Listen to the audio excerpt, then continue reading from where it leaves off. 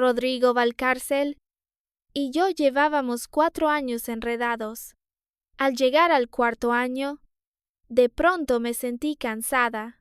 Aquella mañana temprano, él apoyaba la cabeza contra el cabecero de la cama, entre finas volutas de humo de tabaco. La luz tenue de Valencia atravesaba las cortinas del apartamento en Residencia Turia Real y le cubría los hombros con una capa de frialdad distante. Aparté suavemente el brazo que me rodeaba a medias, me incliné para recoger la ropa del suelo, y mientras volvía a ponerme la blusa dije: «Dentro de unos días volveré a Cáceres para una cita arreglada». Rodrigo no respondió de inmediato. El cigarrillo entre sus dedos largos se detuvo apenas un instante, tan leve que, si no lo conociera demasiado bien, quizá lo habría pasado por alto. «Vale, ¿cuándo vuelves?» Me abroché el último botón, con una calma que incluso a mí me resultó extraña. «No volveré. Valencia no me pertenecía. El hombre frente a mí tampoco».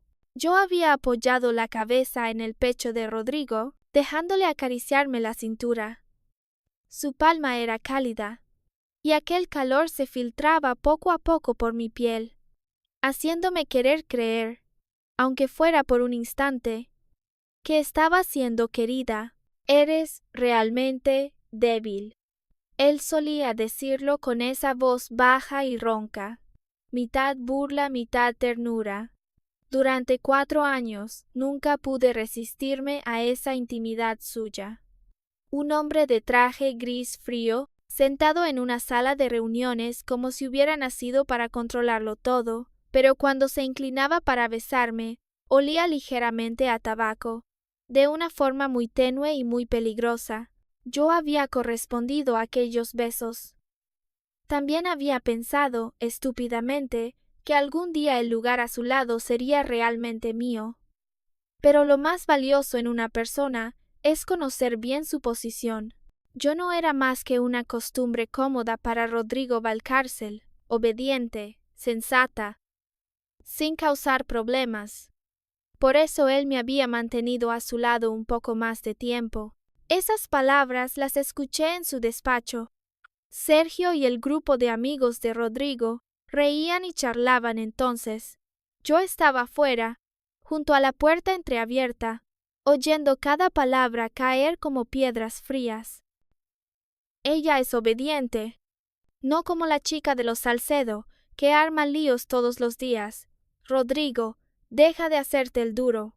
¿Qué mujer ha podido quedarse contigo 4 años, obediente, sensata, sin causar problemas?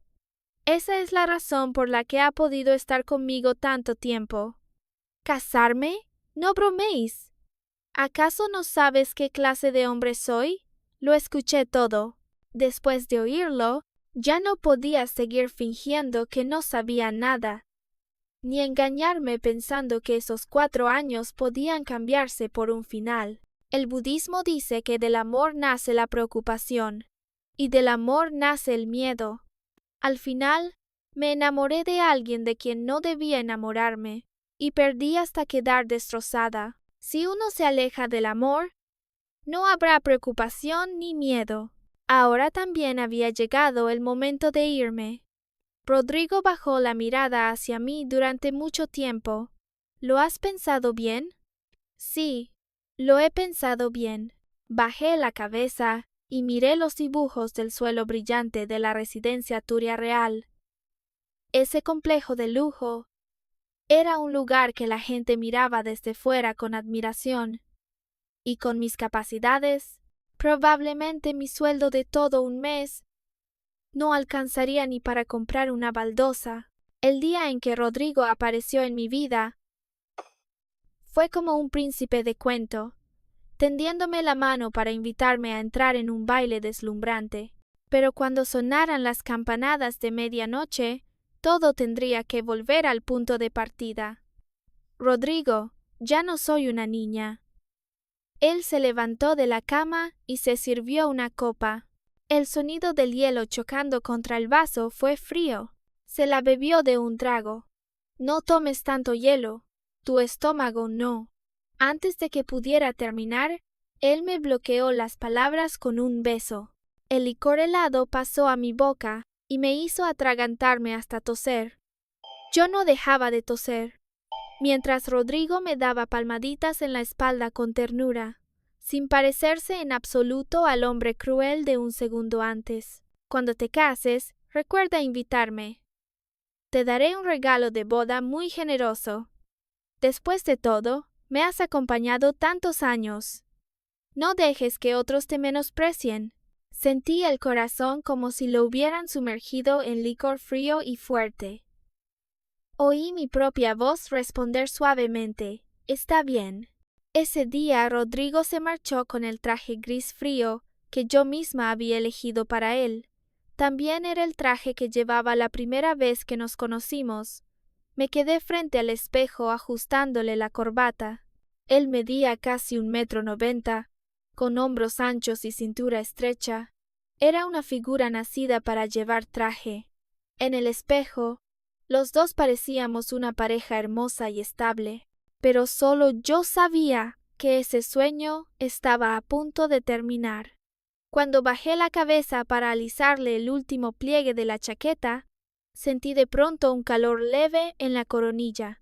Fue como si un beso muy suave hubiera caído allí, persistente, reacio a separarse. En aquel instante, ninguno de los dos dijo nada.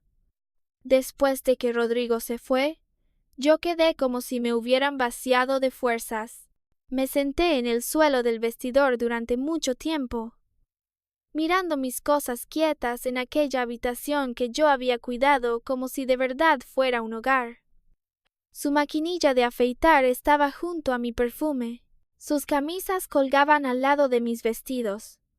Los cepillos de dientes, las zapatillas de casa, la taza de porcelana que compré porque pensé que su color combinaba muy bien con la cocina.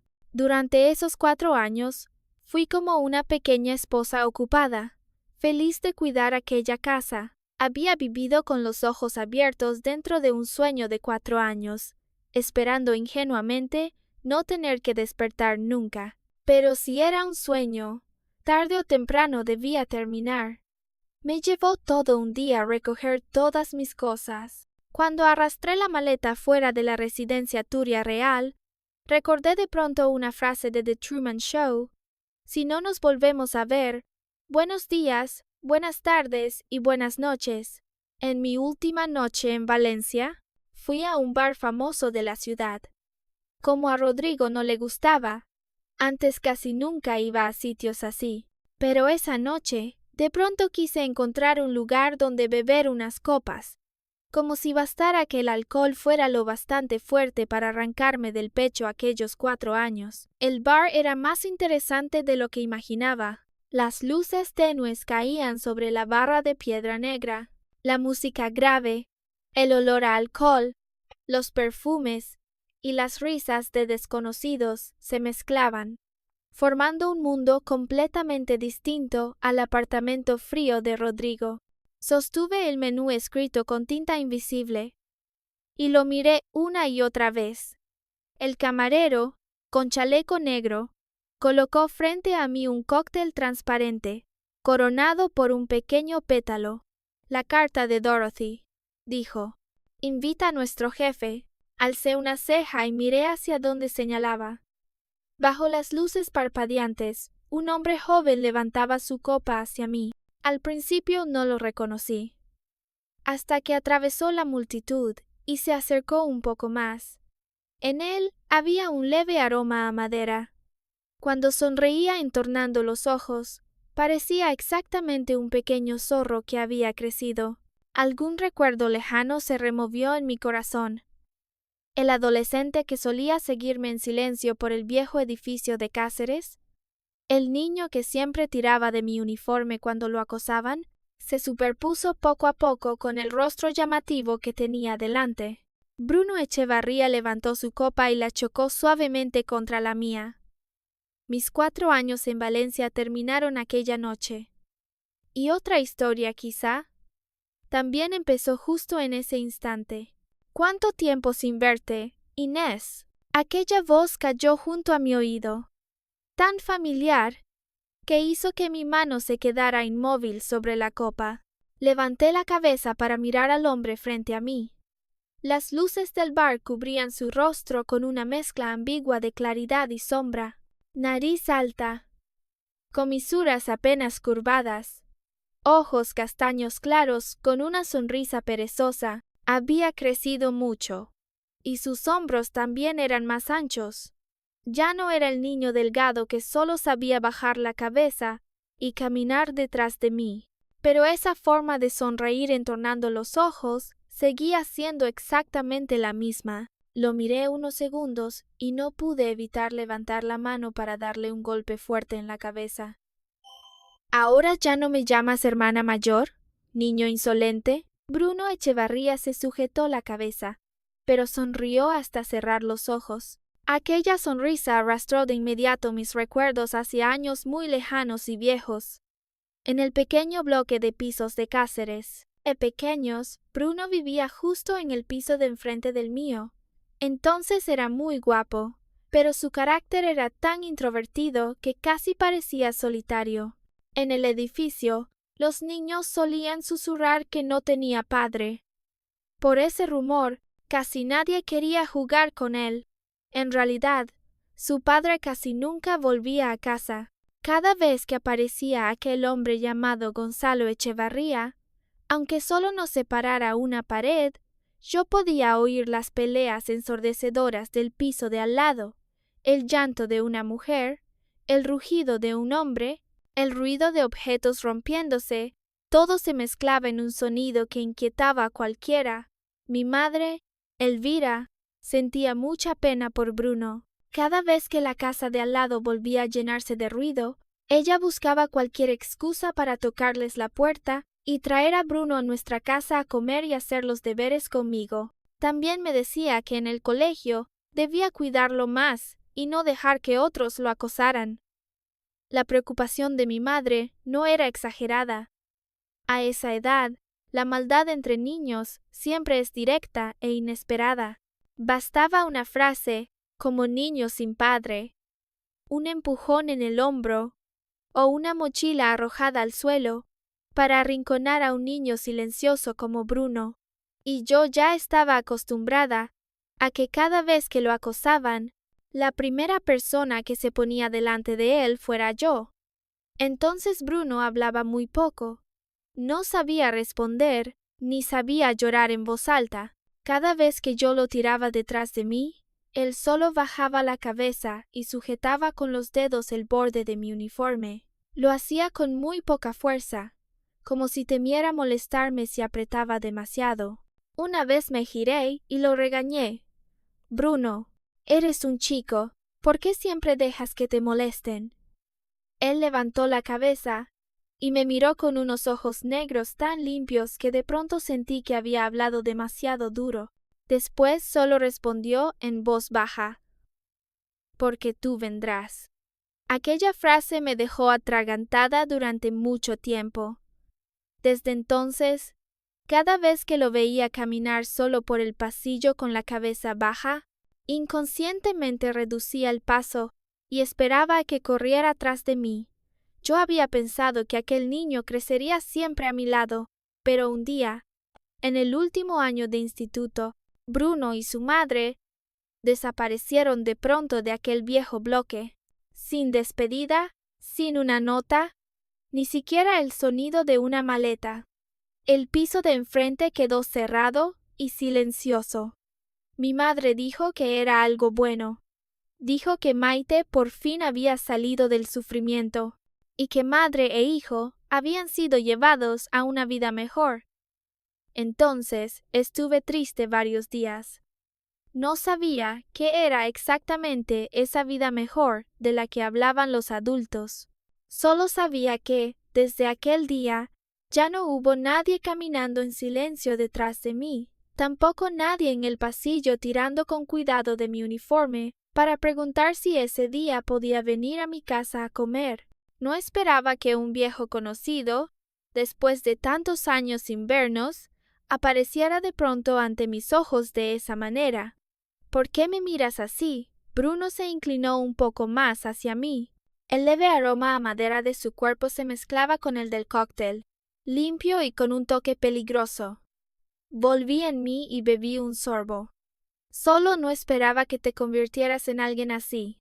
¿Así como? ¿En alguien a quien no reconoces?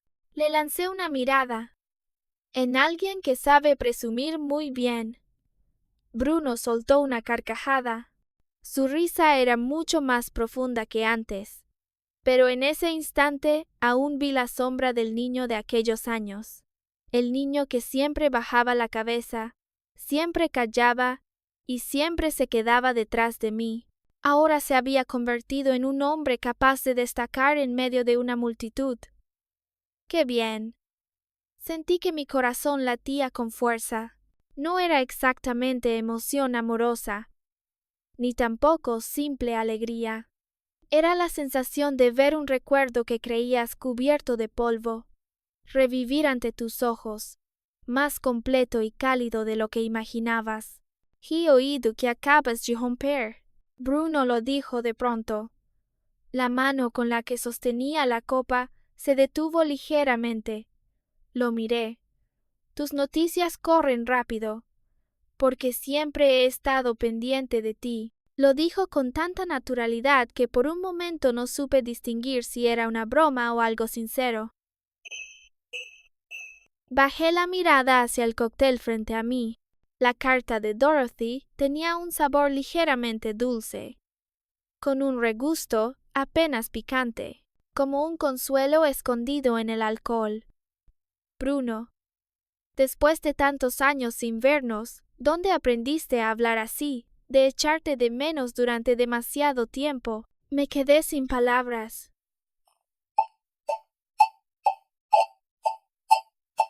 Él volvió a sonreír, con esa actitud mitad verdad, mitad broma, que hacía imposible saber si debía enfadarme o dejarlo pasar. Hermana, acabo de reencontrarte, y ya te echo de menos. Esa hermana abrió en silencio una pequeña grieta en la defensa de mi corazón. Giré la cabeza para mirar el pequeño escenario del centro del bar.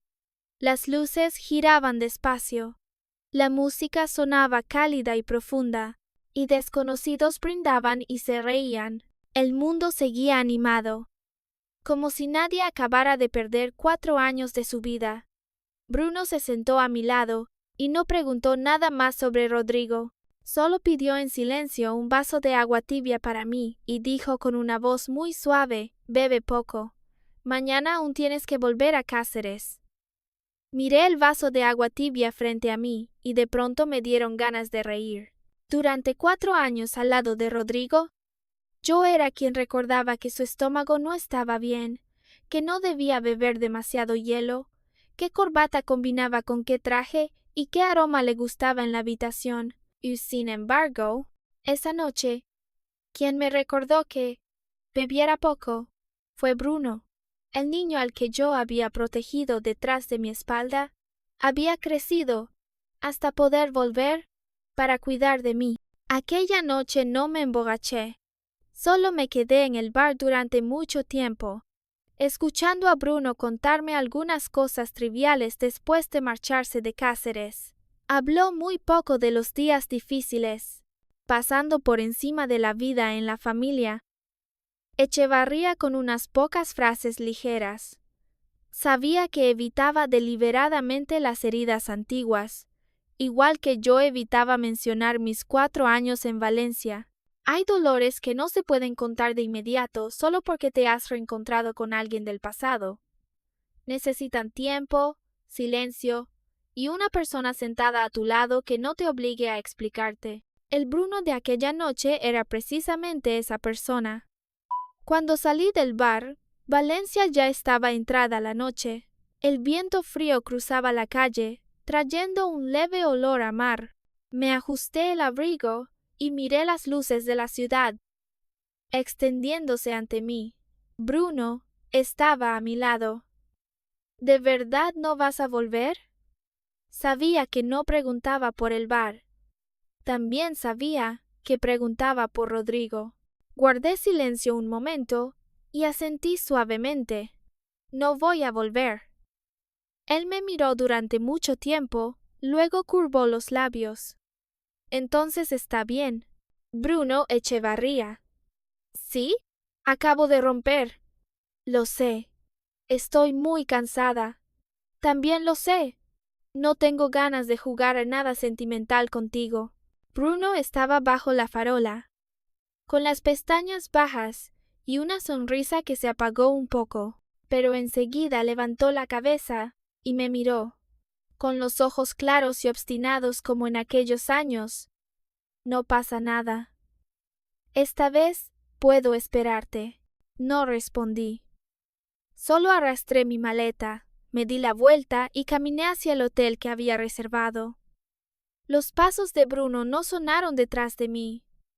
No me siguió ni me llamó, pero sabía que, desde aquella noche, un hilo muy fino había vuelto a unirme con mi pasado en Cáceres. Un hilo completamente distinto de mis 4 años en Valencia. No era brillante, ni lujoso, ni deslumbrante, pero era cálido, tan cálido que, al acostarme en la cama desconocida del hotel, recordé de pronto la pequeña cocina de mi casa, a mi madre trayendo un plato de fruta y llamándome, a mi padre sentado junto al tablero de ajedrez, y también al pequeño Bruno de aquellos años, tirando en silencio del borde de mi ropa. Cerré los ojos. Mañana dejaría Valencia. Mañana volvería a Cáceres. No sabía qué me esperaba delante, pero al menos de verdad había salido del sueño llamado Rodrigo Valcárcel. Me marché de Valencia la mañana siguiente. El tren hacia Cáceres atravesó tierras claras bajo el sol de invierno. Al otro lado del cristal, el paisaje retrocedía poco a poco, y en mi corazón, los 4 años en residencia Turia Real también parecían quedarse atrás paso a paso. No lloré. Tal vez ya había llorado bastante en aquel vestidor. Tal vez cuando una persona decide de verdad marcharse, el dolor se vuelve más silencioso de lo que imaginaba. Cáceres seguía igual que en mis recuerdos. Calles de piedra antigua, pequeños balcones con algunas macetas secas por el frío, saludos de vecinos que subían desde el patio del edificio. El aire allí era completamente distinto al de Valencia. No era lujoso, no era frío, y tampoco me hacía sentir que debía esforzarme por merecer nada. Apenas llegué con la maleta a la puerta de casa, oí la voz de mi madre desde dentro. Inesita ya ha vuelto. En cuanto se abrió la puerta, Elvira Aranda me abrazó con fuerza. Ella olía a harina, a jabón y a fruta madura, un olor familiar, un olor de hogar. La abracé de vuelta y de pronto sentí un nudo en la garganta. «Mamá, he vuelto». Mi padre, Julián Aranda, estaba sentado en el salón, con una manta fina sobre las rodillas. Al verme, dejó la pieza de ajedrez que sostenía y quiso levantarse. Me apresuré a acercarme para ayudarlo. «Papá, quédate sentado».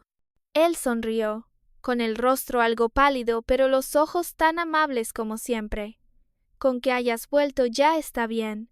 Una casa con una hija siempre tiene más vida». Yo también sonreí. Había creído que me había acostumbrado al amplio apartamento de Valencia, al suelo de piedra brillante, al caro armario de vinos, al vestidor lleno de lujos, pero cuando me senté en el viejo sofá del pequeño piso de Cáceres, escuchando a mi madre moverse en la cocina y a mi padre colocar despacio una pieza de ajedrez sobre la mesa, comprendí que lo que da paz a una persona nunca había sido lo caro, sino la sensación de que alguien te espera. Yo había pensado que los días después de volver a casa pasarían en calma, hasta que Bruno Echevarría apareció en mi balcón. Sí, en el balcón. Mi piso y el antiguo piso de la familia Echevarría estaban pegados. Aquel viejo edificio no tenía balcones cerrados. La distancia entre ambos lados no era mucha, pero estábamos en un sexto piso. Acababa de abrir la puerta de mi habitación cuando vi a Bruno apoyando las manos para trepar por la barandilla. Con medio cuerpo aún fuera, el viento frío le agitaba el pelo castaño algo despeinado, y él me miraba sonriendo como si acabara de entrar muy educadamente por la puerta principal. En aquel instante, casi se me paró el corazón. Bruno Echevarría. ¿Estás loco? Esto es un 6º piso.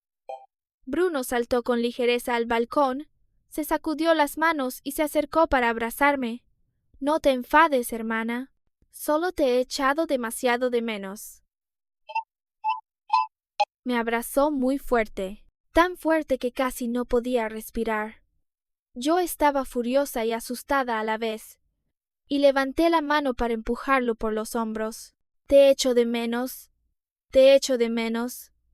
¿Qué tontería es esa de echar de menos? ¿No sabes entrar por la puerta principal? Bruno bajó la cabeza para mirarme, y sus ojos se iluminaron muy rápido. Entonces, eso significa que aceptas que me presencia ante tus padres. Me quedé atragantada. Yo no hijishu.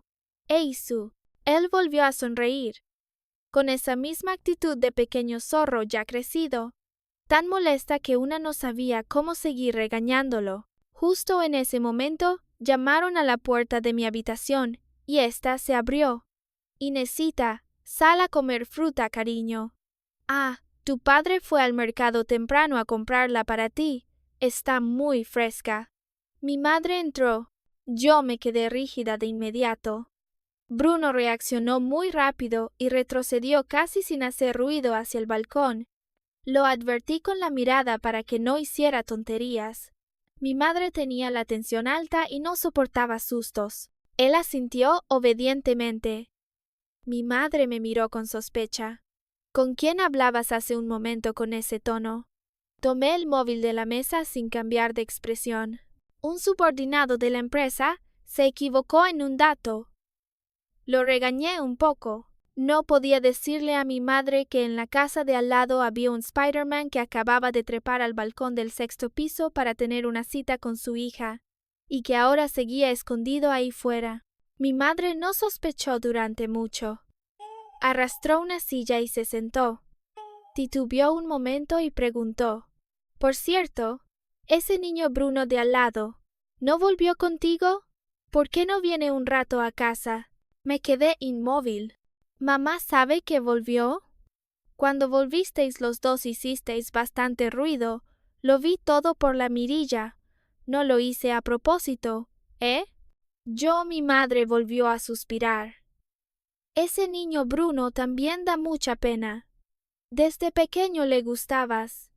En el balcón sonó de pronto un ruido muy leve. Sujeté enseguida la mano de mi madre cuando intentó levantarse para mirar, fingiendo calma.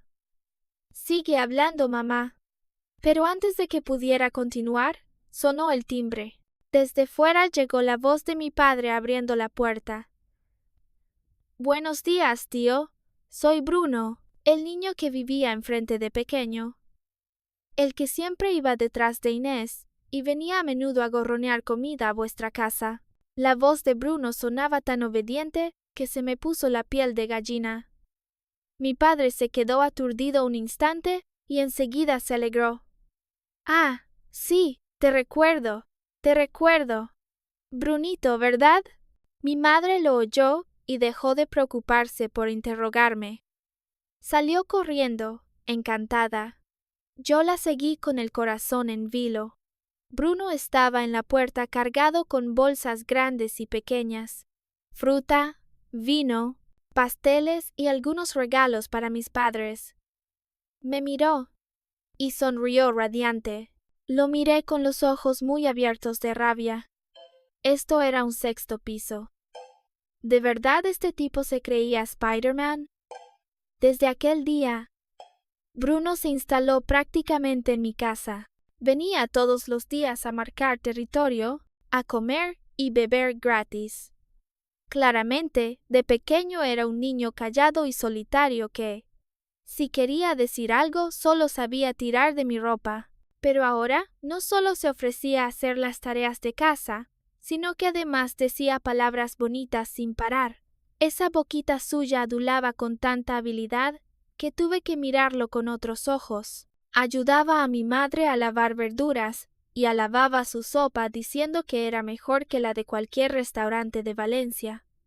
Jugaba al ajedrez con mi padre, perdía a propósito algunas partidas, pero perdía con tanta naturalidad que mi padre se reía y hasta parecía tener mejor ánimo.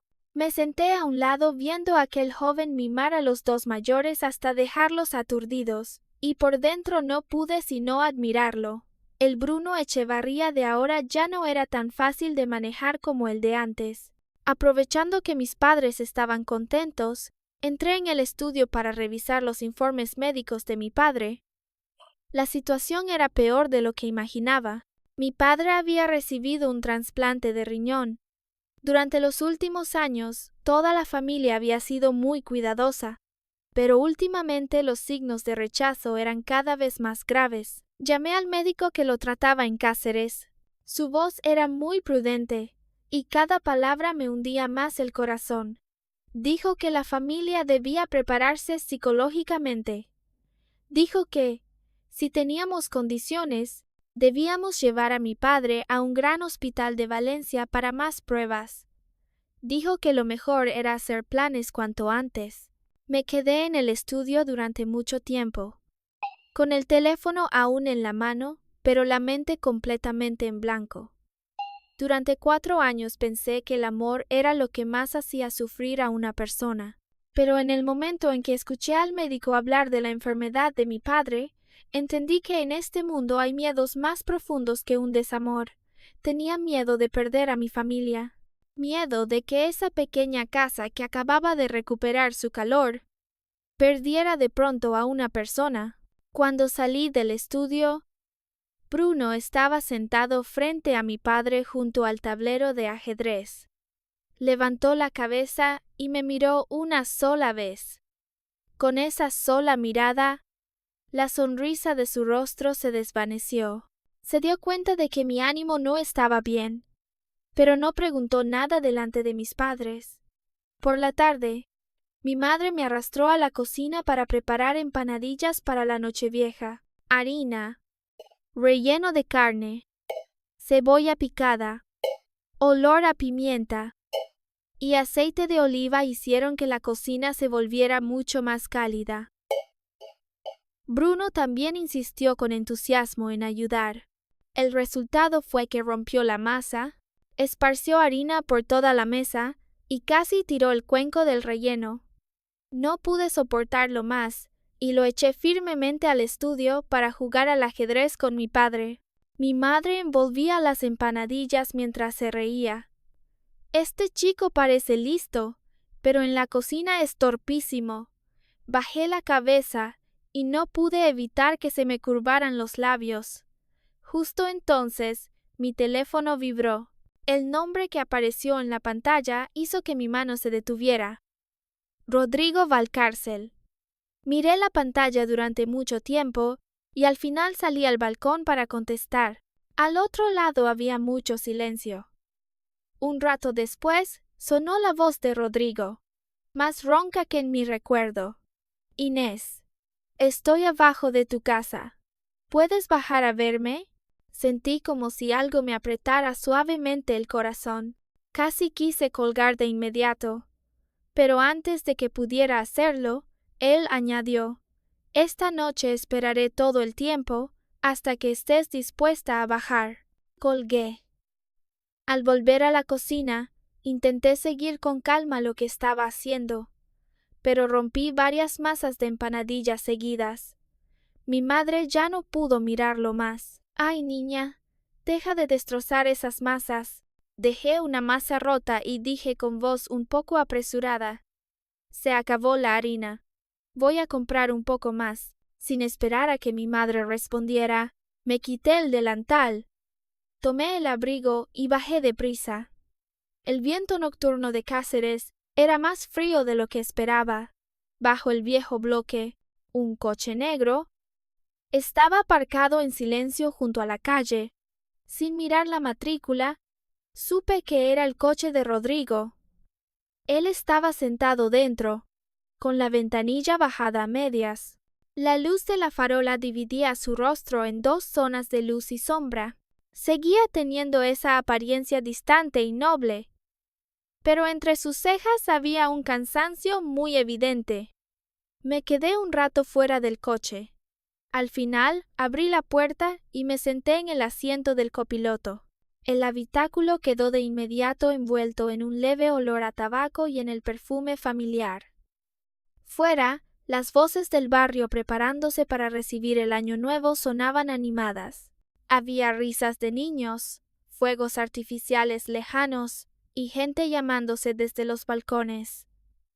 Aquel ambiente bullicioso me hizo recordar involuntariamente un sueño muy antiguo. En ese sueño, Rodrigo era quien volvía a casa conmigo. Traería regalos, se plantaría ante mis padres y los llamaría con educación tíos. Se sentaría en el salón, escucharía a mi madre hablar de cosas triviales, jugaría una partida de ajedrez con mi padre y por la noche vería los fuegos artificiales conmigo junto a la ventana.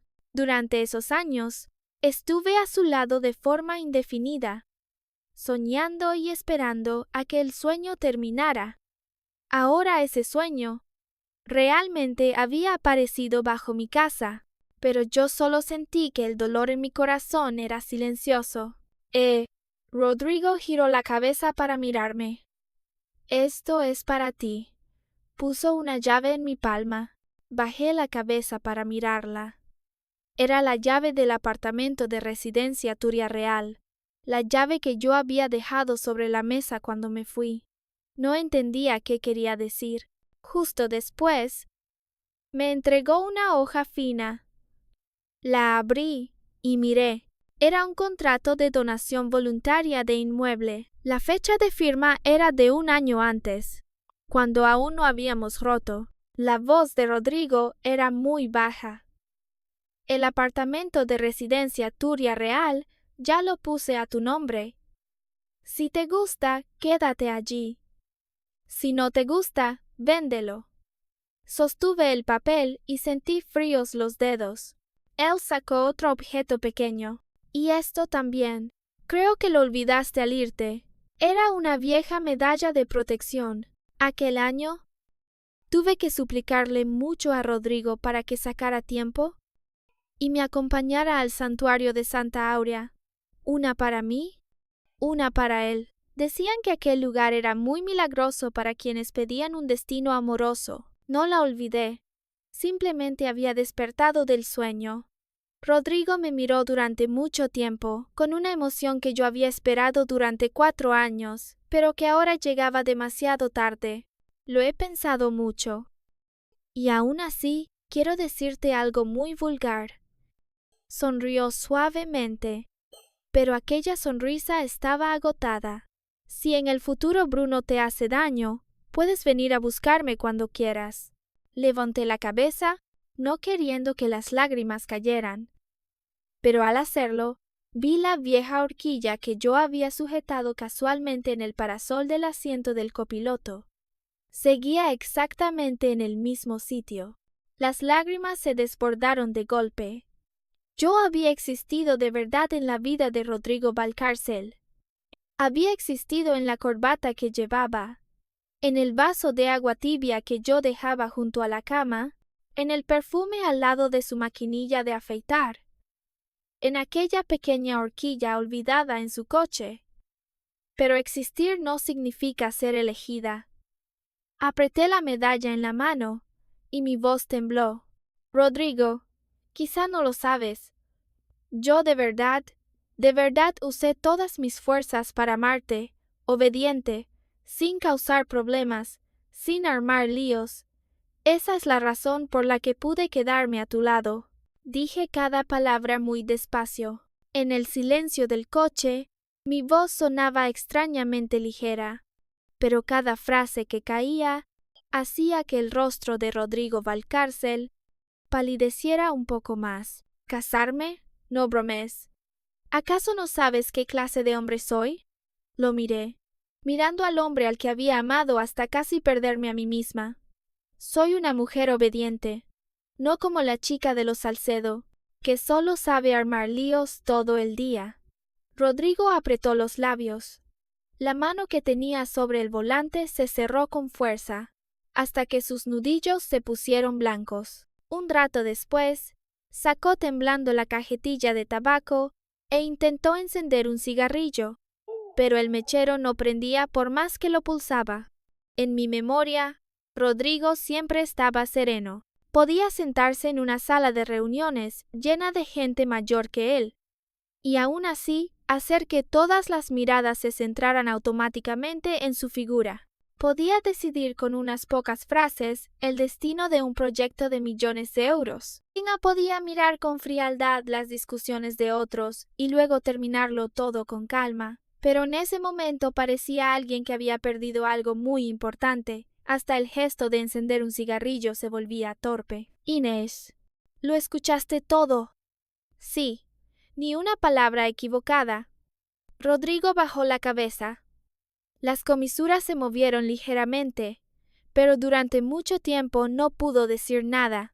Fuera del coche, los fuegos artificiales de Año Nuevo seguían sonando por oleadas. La pequeña ciudad de Cáceres estaba animada de una forma cálida y honesta. La luz brillante de fuera se reflejaba en el cristal del coche, haciendo que el rostro de Rodrigo alternara entre claridad y sombra. Al final, dejó el mechero. Inés, me arrepiento, de verdad. No respondí. Él giró hacia mí, con una emoción difícil en sus ojos castaños oscuros, que nunca había visto antes.